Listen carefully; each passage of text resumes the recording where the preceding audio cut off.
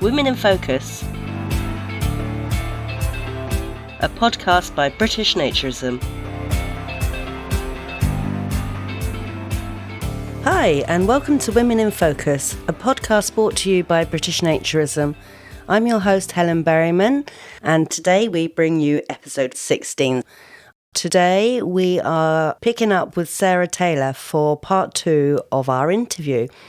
This episode, along with the last one, offers a candid and inspiring look into Sarah Tayler's life, providing valuable insights into the intersection of transgender, femininity and naturism. But first, before we hear from Sarah, I'd like to welcome back British Naturism member Siobhan. So, huge welcome to Siobhan. Welcome to Siobhan. Thank you for joining us. Hello. Good to see you again. Oh, yeah, you too, as always. It's a question that I posed to Sarah, who is our guest today. And Sarah is a trans female. And Sarah has been naturist throughout, so before, during, after.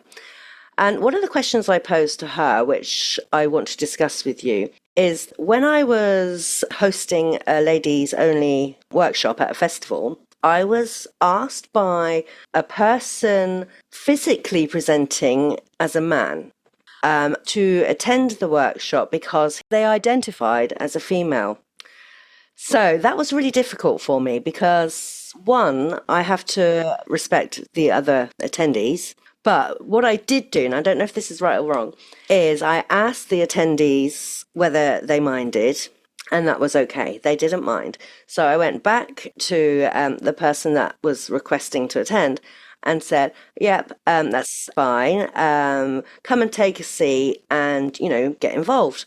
And the person said, no, I just want to watch. And to which I said, well, in that case, if you're not going to get involved, I'm going to have to ask you to leave. So I guess the question is it okay for people identifying as female physically presenting as a man to be part of women-only events?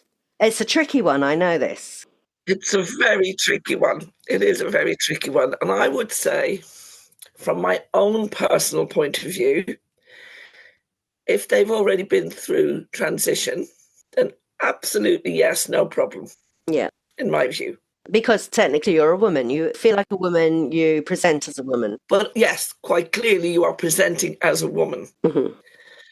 I think you did exactly the right thing with the person you're talking about, because I'm not saying I disbelieve anybody that says anything, so don't misunderstand me, but you only have that person's opinion that they identify as a woman. Somebody who's still physically a man and is showing no obvious signs of transitioning. Now, we all know that it's very tricky because women in naturism can feel vulnerable when men are around. We know that. Yeah. It's not my experience, but we know there are women who do feel that way. So it's tricky.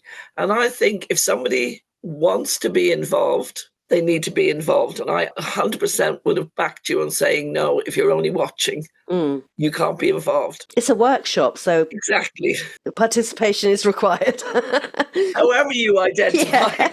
That's the whole point of a workshop, is that we get involved. And what was the reason for wanting to watch? We don't know. Not really. Yeah. Just that, just want to learn. And I guess people are fascinated, in what makes women work or why women are in naturism. But the idea of these women-only spaces is to provide events so that women new to it can come and discuss. And actually, it was a workshop. It was about building a team, and it was also sharing experiences, and it was also figuring out some different ideas moving forward to show other women to naturism. Yeah.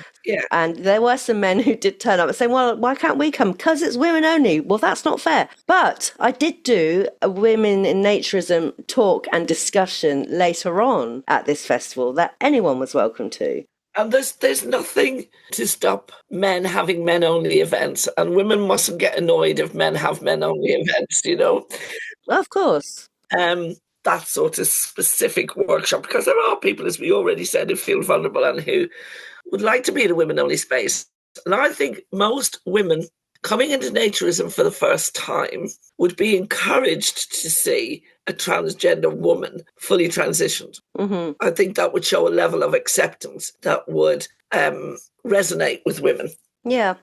In fact, case in point, at this particular workshop was a female who attended the festival with her husband for the first time. So she was dressed. Mm. And that's exactly what it's for, to provide an entry to see other women. Yeah, because she clearly wants to go to that workshop to find out what women in naturism think. Mm-hmm. Now, if she'd gone there and that person was there not participating, so not saying, well, identifying as a woman, I feel like this or this or this, that's going to be very off-putting to her, and that's also not fair. Mm. She needs that entry point. Yeah. So I think you handled it perfectly well. Yeah. And I would have Okay. 100% backed you on that one. Yeah. Okay, great. So naturism is an all-inclusive environment. Just my role as women's officer is to provide opportunities for women to get together or see what it's all about and provide like we say, just a comfortable, friendly space. Yeah. Thank you very much again, Siobhan. I do look forward to our chats. Speak to you next time. Look forward to it. Thanks, Helen. Thank you, Siobhan. Now, without further ado, let's hear part 2 of my discussion with Sarah Tayler. Welcome back to Sarah Tayler. We're going to carry on exactly where we left off. There's so much more to get through, so I hope that's okay with you. Absolutely. Bring it on. Okay, so following on from what we were talking about in the previous episode, what do you think naturism can offer to others who are questioning their gender identity or struggling with body image? Oh my goodness, what a great question. Interesting. So with gender identity, I don't think that naturism can offer anything as far as like the gender identity side. That is completely separate. That is very much in the mind. That is very much how you feel. But when it comes to the body dysmorphia or the disassociation with the body and the mind, and whether you're a trans woman, so you feel like and you think like a woman, but you have masculine body, or vice versa, or those who are non-conforming gender identity. For the benefit of our listeners, Sarah, would you mind explaining what you meant? Oh, so those who are non-conforming gender identity, so those who are non-binary. So you really don't conform with male, typical societal image or view of male as opposed to female. What naturism offers you there is the most amazing opportunity to actually be yourself in a safe environment where you're not judged on your body, even though you may judge yourself. You have body dysmorphia, you look and you go, I really hate that. I really hate that. You don't get that judgment from others. So it really helps to consolidate in your mind really how much it actually matters. Because often when we think about and we look at our bodies and does it really match or associate with how we feel inside, we tend to look at it how others may view it because that's how we've been brought up to be. We don't look at it how we should view them. If trans woman, I feel like a woman, and then I look down and I see genitals that are masculine. It's like, no, that doesn't tie in. That doesn't fit with me. It's not who I am. I really hate this because we're told that's what you are if that's what you have. But in naturism environment, proper naturists don't see that. They see the person. You've got the body in whatever form it is, but it's never a judgment. There might be a curiosity because as transgender, you are in a tiny, tiny minority. You're only half of 1%. Humans are always curious, but there's never a judgment. You're not chastised or made to feel less than who you are. And so it is, you are trans. You feel you're naturist, and you'd like to explore naturism. A proper naturist environment is the most beautiful environment in which you can actually relax and be yourself, regardless of how you present, how you look, how you feel. It doesn't matter because you don't get judged on it. It really is a very safe, beautiful environment. And that's what I discovered that time at Clover. It was a revelation to me. It really was. It wasn't what all the social media was telling me was going to happen. Right. Because I was with naturists, not just everyday folk. And naturism has a different approach to the body. So, yeah, it's fabulous. But it doesn't help in helping you understand your gender identity. It just makes you much more confident and relaxed with who you are. Oh, that's lovely. That's beautifully put. Isn't it? That's really nice. I'm going to write a book on this and make $1 million. Oh, talking of your book, you did start one. How's that going? Oh, my goodness. Yes, I did. I wrote this book. Going into huge detail about every element of the transitioning, and I mean huge detail, the most personal things for that first year that the transitions. And I did put it out to a few publishing places and things, and they said, oh, yeah, really nice, but it's not really for us. So to be honest, I've done absolutely nothing with it.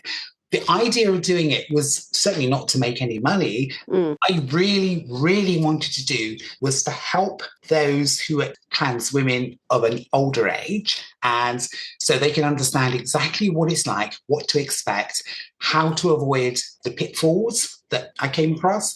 And I think because I'm naturally very confident and brave in these things, I was able to overcome them and then put them out there and say, oh, this is what you should be aware of. This is what you should do. And so just to help those making that journey or thinking of making that journey. And it has helped some. I have had quite a few people contact me, particularly after Naked Attraction, because that is very public. And I sent that book to them. And I know 2 people who have taken it on board and followed it and have started their journey going from male to female. And one who actually is gone from female to gender non-conforming identity. And she's used that. So it has helped. It's helped 2-3 people. And to me, that is so worth it. Oh, absolutely. It has helped them to find the joy of being themselves and how to deal with any potential negativity in a positive way. Come out of it with a smile on your face. Yeah, I read it. You sent it to me. I don't know if it was complete. And I was amused and I was touched by it. And I was telling my friend who came around for lunch yesterday that I was interviewing you today. And I told her about your book and particularly I liked it all, but in particular, the makeup tutorial. Oh. And I just thought, Jesus Christ, we all need help like that. Yeah. Makeup was the most difficult thing. This first week of going from knowing that I'm trans to actually living full time as trans, most of it, as I said, was looking at transphobia, but also a huge amount of it was on makeup. Actually, it's so funny. You go on YouTube and you go, right, makeup tutorial 101 for absolute beginners. No, because they start by saying, right, let's start with an E101 brush and then do an R420 before we do the brush. You go, hold on, what were you on about? Hold on, blusher. Now, tell me exactly what is blusher? What's it for? Contouring. What is contouring? It's like, oh my goodness, this is a minefield. It's scary. Yeah. So I just sort of wrote that in like normal language to someone who knows nothing about it. You know, what does that do? What is that about? And how to use it. Yeah, that would help lots of people. And I think you should revisit it. Right. So within naturism, do you feel, I think we've touched on this, that it has provided a safe, affirming space for you? Yeah. Are you finding any obstacles within the community as a transgender woman? I'm guessing not. Absolutely not. No, not at all. I know obstacles in normal society and absolutely no obstacles in the naturist society. Having said that, there's a slight obstacle in normal society, which I came across and then realised quite recently. I was walking to work, and when I walk from work, I stop at the local pub and have a G&T because it's a long walk and I bloody well deserve it. And so I had the G&T, and this nice guy was talking to me, really nice, and we got talking, and then he invited me out for a drink. We went for a drink, we got talking, had dinner, and things were really, really going well. In fact, they were going very, very well. And it was obvious things were going to progress further. And I thought, wow, it's so obvious I'm trans. surely, in my mind, I've always said, it's obvious I'm trans. Everyone knows I'm trans. And so I thought, but I need to mention it just in case there's a tiny itty bitty chance that for some reason he hasn't clocked it. He hadn't. Well, why would he though? Well, that's the thing. That's the thing. I have, since starting transitioning, I've always convinced myself that everyone would know I'm trans, whether there are any particular features, but especially the voice. I still convinced this is a very masculine voice. And so surely they must know. And it still really sticks with me. It's not an issue in any way for me. It's just like, they must know. So there we are. Right. But he didn't. And so, that was fabulous and awful at the same time, because I lost a potential boyfriend. He was great because he couldn't live with the fact of who I was rather than who I am. That's sad. But me, as you know, incredibly positive. The huge positive I took out of that is that for all that time, being close to me, listening to me, right next to me, kissing, all that sort of stuff, he didn't know I was trans. So awesome. So in normal society, never really has been a problem, to be honest. And in a naturist community, absolutely not a problem. It really doesn't make a difference at all, because naturists, pure naturists, are the most accepting of people. We talk about that when the clothes are off, it's a level playing field. We do tend to have a slight judgment of people according to clothes they wear and things like this. But in the naturist environment, you just don't get that. It's a level playing field. And I think that then also happens when it comes to the judgment, if you like, of a person, their personality. It is even. It is. Everyone is treated the same and almost invariably with the utmost respect. So another long answer to a very short question. Well, you've answered the next few actually within that. Yes, I'm nailing this. Right. In your experience, have you ever encountered any stigmas or stereotypes about being both a transgender person and a naturist? Certainly no stereotypes as far as being a transgender naturist, because that is so few. I actually know of one other person that there hasn't been enough of us to create a stereotype. So no. Just about that, with the lack of transgender naturists, do you think, and I've thought about this before actually, but it'd be nice to get some clarity, do you think it's because a transgender female would be using their clothes and makeup as an identity? Absolutely, yes. It is a safety blanket. It's the biggest safety blanket I had when I started transitioning. I had to have the wig. I had to have the clothes that said, oh, that person is probably female. If you're looking at me from 100 to 200 yards away, female. And then when you're getting closer, the face, the makeup is accentuating the eyes, and the little bit of bronzer is like bringing up the cheekbones, things like that. So that is very much a safety blanket. And so when you're in the naturist community, you have to throw that safety blanket away. You are, again, exposing yourself mentally and making yourself vulnerable, which is something that you avoid as a transgender person until you really reach this amazing level of confidence in who you are. So you do need that. And so being transgender and then going into naturism is difficult because you're getting rid of your safety blanket. But what I would say to anyone listening who is transgender and is hesitant about naturism, or knows someone who's transgender and hesitant about naturism, don't be. Absolutely don't be. Do it, because you don't need that safety blanket. You don't need that wrapped around you when you're with naturists, because you don't have the judgment. You actually feel more relaxed being naked in a naturist environment than fully dressed as a woman with your hair fabulous and your makeup great walking down the high street. So that naturism as a trans woman has given you maybe more confidence to present as a lady in the textile world? Absolutely, yes. Yeah, even when stripped bare, even without my safety blanket, I was accepted. And that really did give me the confidence to say, okay, well, I'm going to go down the high street tomorrow shopping. I'm going to have my safety blanket on, my clothes, my makeup, my hair, and I'm going to feel really confident. So yes, the naturist environment gave me much greater confidence in carrying on in the outside world, although it seems peculiar for some people to think that way, but it does, absolutely. Yeah, because I think you're more at peace with yourself within that forced vulnerability. Well, not forced because you're going to decide to be there, but it's like the mutual respect of the vulnerability that we mentioned earlier. Yeah. And you're taking that, I'm okay as I am, I'm good. I can now go off and be what I want to be. Yes. But do you know what? That phrase you use, forced vulnerability, is apt. Although it is a choice, you do, as a transgender woman, as a cis woman going into naturism for the first time, you do have to force yourself into a vulnerable position. You know you're making yourself vulnerable, but you cannot progress in life unless you always take steps outside your comfort zone.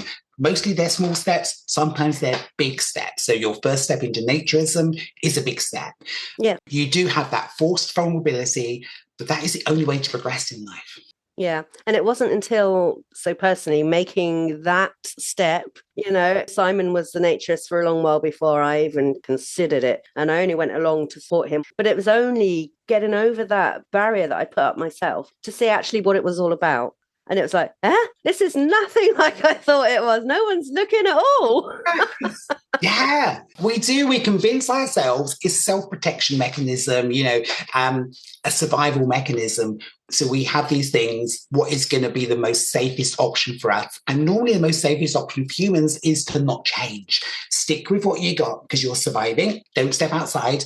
You're going to expose yourself and put risks there. Well, yes, you are, but the risks are small and the gains are huge. So you took that risk and look at the massive gains you've got from it. Obviously I'm interviewing you now. So here we are. So tell me, Helen, the making yourself vulnerable and realizing that fear was unjustified, did that give you greater confidence in life, in other things in life, not just in naturism? Did you feel more body proud or anything like that?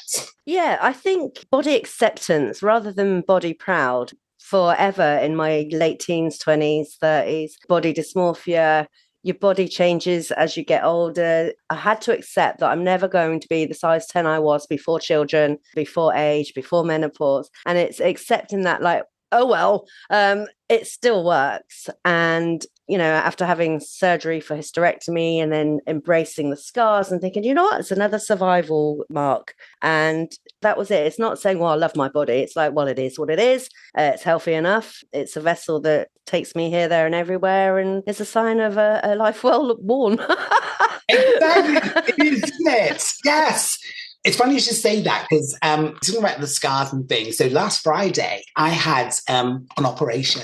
So, I had all the surgery done, but it did leave a large amount of excess flesh tissue in the pubic mound, so above the vulva, and which I personally have always felt self-conscious about, even though no one else really particularly noticed it. It doesn't matter. It made me not like it. So I opted to pay for surgery to have it done. It was done last Friday.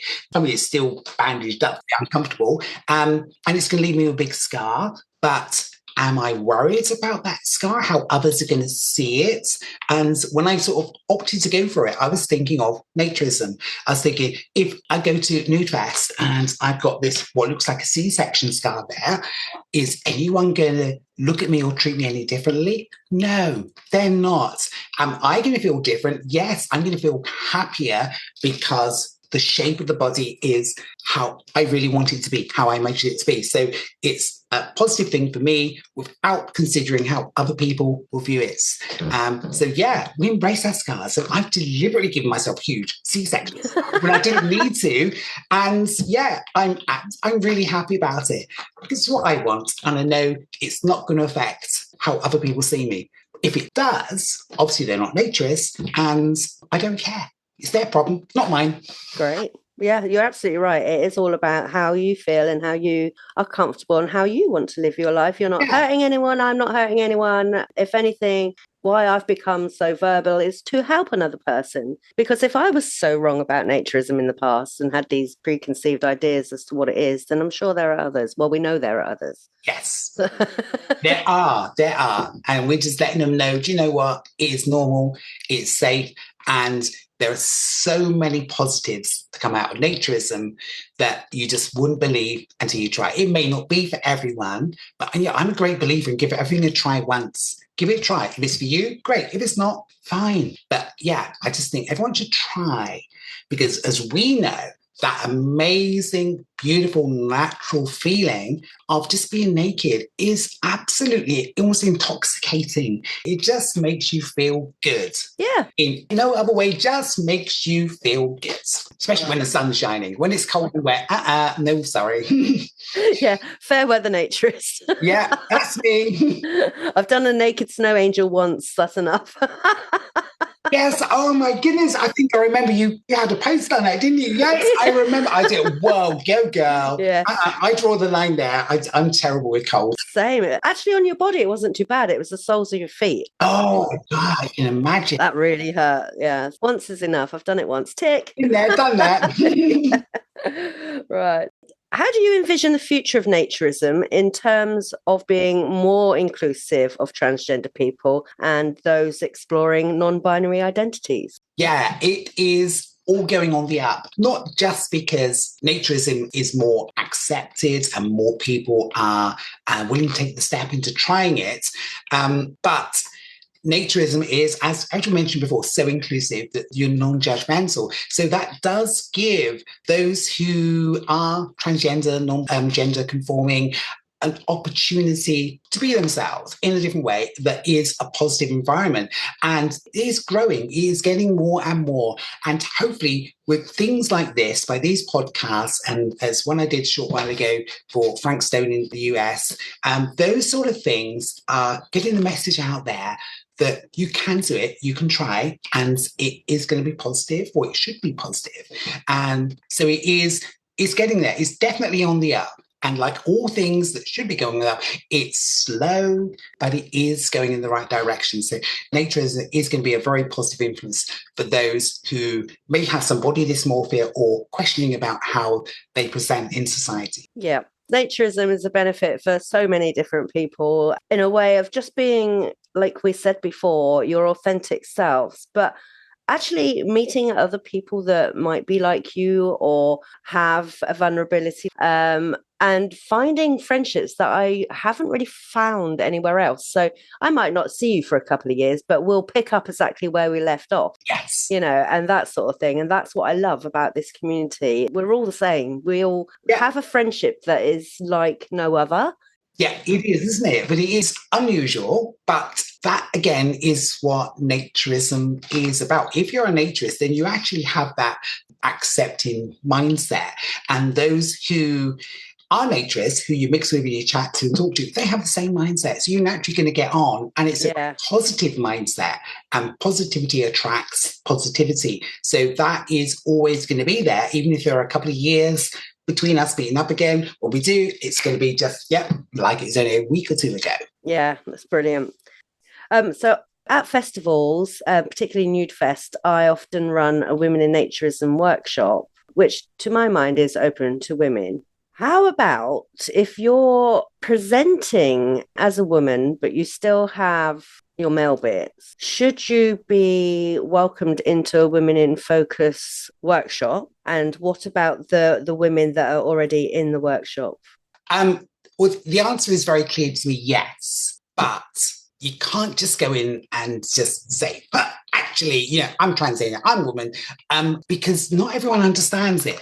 You need to explain why. Why do you have that justification to be in a women's only focus area when it appears you have masculine traits? Mm-hmm. Where are you? Are you male? Are you female?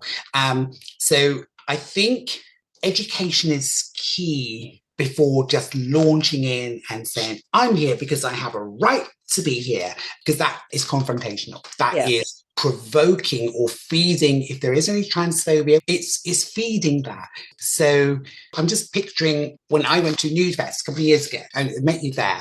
If you had that environment and wanted me there, I think the way I would probably do it is to cover up. Right. Maybe have a sarong, stand in front and explain about being a trans woman, how it is, what it feels like, and talking about that, not too long, I don't want to bore anyone, and then just letting them know that unfortunately, due to the chromosomal disorder I inherited, I have these bits down here.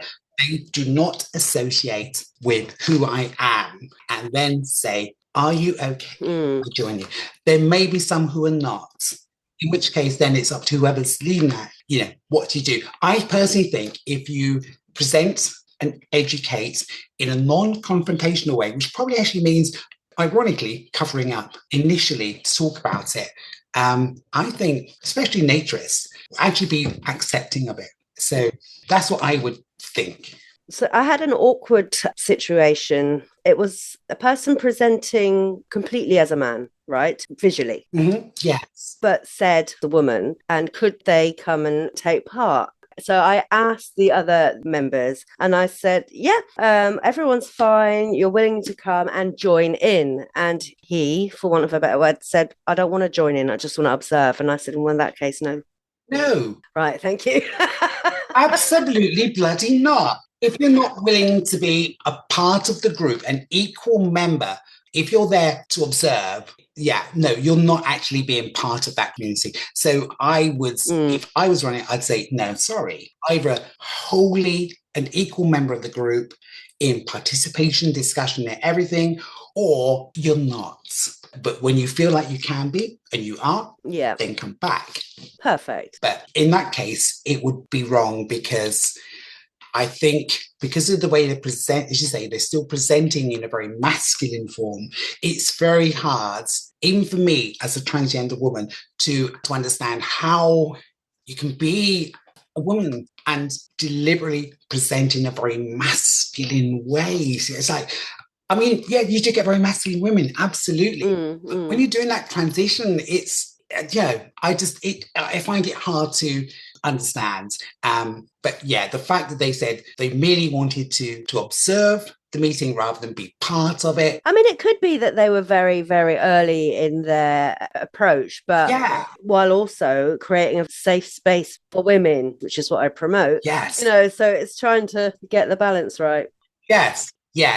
And I think that would add an extra complication unnecessarily and not make it quite as much as a safe space for all the other women there. So if they can't be willing to be a wholehearted, integrated, equal member of the group, if they feel they can't, then other participants, the other women, will feel that they can't accept them in that way as well. So it would be kinder for all if they just step aside this occasion and then maybe on the next time, see if they're feeling different about integrating in a later date. Perfect. Thank you for clearing that up.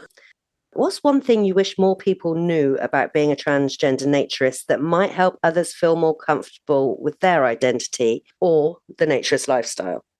Interesting. I think, one of the negative general thing that's put out there is that, trans is a sexual-based concept. It's about sexuality and things. It's got absolutely nothing to do with that whatsoever. And then also people tend to think, well, some anyway, naturism is naked, so therefore it's a sexual-based practice or concept, when we know it's got nothing to do with that whatsoever. And so for someone to think of a transgender naturist who doesn't understand, they're probably going to think, there we are. It's just some weird, kinky person just getting into some more weird, kinky stuff in life. So what I would like people to understand is it has nothing to do with sexuality. And people get confused by that. The sexual attraction, that's not there. That's nothing to do with it. Transgender, nothing to do with it. It's who you are inside. Naturism is who you are inside. And so if only those few who happen to be very vocal could see that this is about being yourself.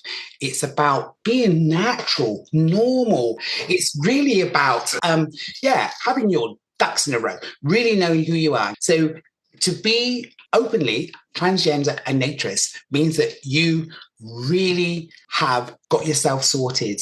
And do you know what? I think that's probably a point of jealousy for so many people, because you're confident, you know who you are, you've gone out, you're doing it, you don't care what other people think. You're not seeking validation from anyone else, just yourself. Exactly. Yeah. Yeah, and that's what it is about. And naturism gives that environment to be yourself and not have to look for validation. You don't need it, and you're not going to get it. You're going to be you, whoever you are. It doesn't matter. Where in nature's environment, people look at your eyes and you smile. They don't look anywhere else. And that is who you are inside. Lovely. And speaking very quickly on judgment, now this brings me right back to the beginning to mention Naked Attraction Part 2. So David ceased to exist, and Sarah was born, and Sarah went on Naked Attraction. She did. What happened was the producers were doing an update show. They said, we're just going to do an update show on some previous ones to see how people are in life now. And I said, oh, yeah, you could do that. I said, but there's a bit of an update. Just a bit. What's that? David's gone, Sarah's born, and in about 1 month, she's having the final surgery done. Oh, my God, they said, would you be willing to come back on the show? Because it will be extremely unique. I said, absolutely. Yeah, definitely. Because it was the naturist side. Yes, I was inviting the negativity, people out there who don't like those who are bisexual or transgender, and putting it all out there. And it is the body completely changed side. That didn't worry me. So I said, yeah, let's do it. So I had to go through the audition process. Still going to do that. And then they invited me back. And it was actually quite soon after the surgery. So the vulva and the lower abdomen was still quite swollen, because it takes a good 6 months or more to that to die down. So that's still a bit swollen. So I wasn't happy in myself that the body was presenting in a way I'd like it to present. I was confident in myself to say, I don't care. If you're looking at, you're a bit swollen, so what? Do I care? This is my body. And I've got the opportunity to put it out there again, not for any personal gain, but what I really wanted to do was, like the book, I wanted to have the opportunity to inspire people who are thinking about it to say, actually, look, you can do it. It happens. But also to educate people so that, people see trans, but they don't often see the pre-trans person and the post-transitioning person. And here they got an opportunity on telly in full view to see the person before and the person afterwards. So it's an education thing. It's about drip feeding. This is life, this is society, into society, like it is for naturism. The more we drip feed, like the naked bike ride, the skinny dips, the more you do that, it becomes more open and public, the more acceptance, maybe not understanding, but the more acceptance there is. That's amazing, Sarah. You are an inspiration to so many, which brings me back to another question.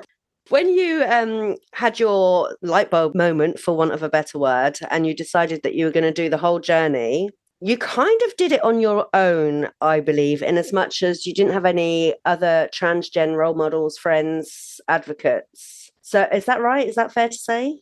Yeah, no, it is absolutely right. Yes. So it was very much on my own. I did join a trans support group in Cornwall, and I did go to a few of their meetings initially. But to be honest, I didn't really get anything out of it. The first time I went, it was so confusing. There were about 10 people there, and I now know that they were all trans women. But what I saw, apart from the person leading it, was blokes, because they were trans, but presenting as male, their normal day-to-day self. And I was so confused. I thought, hold on a minute. If you are a trans woman, why would you want to dress as a man? It's just like, So I actually found it difficult to appreciate. I understand, appreciate it now. I found it difficult then to understand, appreciate. And it's almost as though that was dragging me backwards from the way my direction was going. And so I very much took it myself and said, okay, well, that's not going to help me. I've just got to do it myself. And so it was a case of just got to do it on your own. And it just involves a lot of research and just go at it head on, because I was going to do this. This was me. I didn't care what the consequences were. I just knew that if I died a few weeks later on my deathbed, I would regret not giving it full go, whatever the cost. So yeah, it was unfortunately on my own. And that's really why I sort of wanted that book and doing Naked Attraction. I wanted others to see, maybe to help, maybe to inspire. If I can help anyone else so they don't have to do it all alone, then that'd be great. But everyone needs support at some point in whatever they're doing in their life. Yeah. And if people want to reach out to you, Sarah, what's the best place for them to get in touch? Oh, absolutely. What's the best place? It's probably easiest if they want to contact me is find me on Facebook. It's very easy to find me because I'm Sarah Tayler, but Taylor is spelled ER at the end, in Plymouth, UK. And they can send me messages on there, and anything I can do to help or inspire, then absolutely, then please contact me, because I'm, as you probably tell, I'm an open book. I will say anything and just be open and honest about it. Yeah, which is amazing for so many people. Even just an ear is sometimes enough when you're confused and you're lonely and you don't recognize yourself in society. Can be a very lonely place. So yeah, just offering an ear is wonderful, if nothing else. But absolutely, yeah. I think carry on doing what you're doing. You are an inspiration to ladies as well. I'm inspired by your confidence. Oh, I hope so. Yeah, even regardless of my gender identity, my sexuality, it's just if I can also just help people to find the positivity in things and the way to have a mindset, say, actually, that's your problem, not mine. I move on. How to brush negativity away and just keep yourself surrounded by positivity. It makes life so much easier. I think that's amazing. Is there anything that we haven't spoken about yet that you think our listeners need to know, want to know, need to hear that we've not mentioned? I suppose actually do. If there is one thing, it's about, because I've had first-hand experience of it, the most potent, the most dangerous drug in the world, which is testosterone. So just before taking my anti-androgens, which gets rid of the testosterone, my testosterone levels, and for David's, were very high. And then they just dropped to nothing. And I can tell you the effect of testosterone is incredible. It's a very competitive drug. It makes you very competitive. But I suppose what I want to say is that one of the issues or the concerns for men when they first get into naturism, they are concerned about public erection, things like that. And we know that when you are in naturism as a naturist, the feeling of being naked, actually, I can tell you, it overrides testosterone. It is stronger than testosterone. The feeling, the dopamines, whatever it is that makes you feel so good, overrides that. So any man who is getting into it after just 2 sessions, maybe, of being in a naturist environment, whatever those testosterone levels are you've got, they are wiped away. A pure naturism feeling completely swamps the testosterone. And it's such a beautiful, powerful feeling. And the fact that it can suppress that is amazing. The only issue that we have in naturism in the public places where anyone can go there is that you do have a very small minority of men who use naturism as an outlet for their testosterone levels. They're not naturists, because if they were, that naturist feeling would cover, but it doesn't. So if you do come across those very few people who like that, they're not naturists, they're using naturism. But those men who are naturists have nothing to worry about. That's really reassuring, I think, for many. And should the worst happen, you just discreetly cover it till it goes away. Yeah, absolutely. I admit it happened to David. That first time as an 18-year-old, he was lying there feeling really confident. It was a surreal experience to sit there, had a can of Coke, look around and see all these people happy and just being naked. And yeah, then that happened. It happens. You just lie down, cover up, relax, forget about it. After a couple of times in naturist environment, you get to understand it and you find that feeling of naturism completely swamps it and it will never happen again. That is brilliant advice. Sarah, it has been an absolute pleasure to talk to you today. Thank you so much. I've got a lot out of it, and I hope our listeners do too. I hope so, yes. Conversation that's ever evolving, and, we could talk for hours, but there's so much to explore. Yeah, so a huge thank you. Well, thank you so much for inviting me on. It's been an absolute pleasure. But then, as you know, I just love talking and being open about things that most people are closed about, and we should open and talk about it. So thank you for giving me this opportunity to do so. Thank you so much. And you are a shining light on why it's okay to be different. Thank you, Helen. Bye. I've found this discussion over the last 2 episodes with Sarah truly fascinating. It is really interesting to hear from all diversities within naturism, and it's important to be able to recognise yourself within naturism, no matter what that looks like, whatever your minority.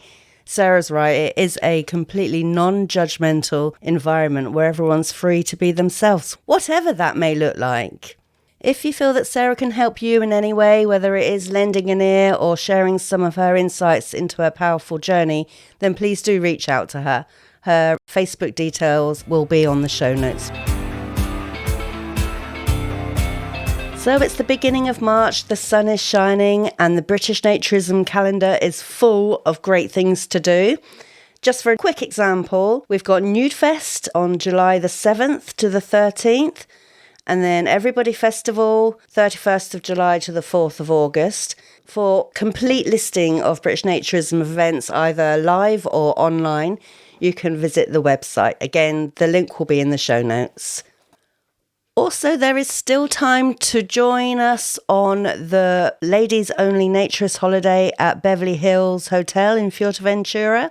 There's 2 coming up. There's one in April and another one at the beginning of May. You don't have to be a British Naturism member to come along, but if you do want to join British Naturism, please do so. It's not very much money at all, less than 1 or 2 coffees a month. That gives you plenty of discounts to all the major events, online content, information, advice. There's so much. So please do get involved. Please remember to like, share, thumbs up, stars, whatever it is, all that stuff for the Women in Focus podcast. It really does mean a lot to us and your engagement is important. And also write in. We do like to hear from you. We take all of your points on board and try to give you the content that you want to hear. Also, if you have any suggestions of future guests, please, again, do get in touch. Can't promise that I'll be able to get hold of everyone you suggest, but I'll give it my best shot. I've been your host, Helen Berriman. Join us again next time as we bring more women in focus.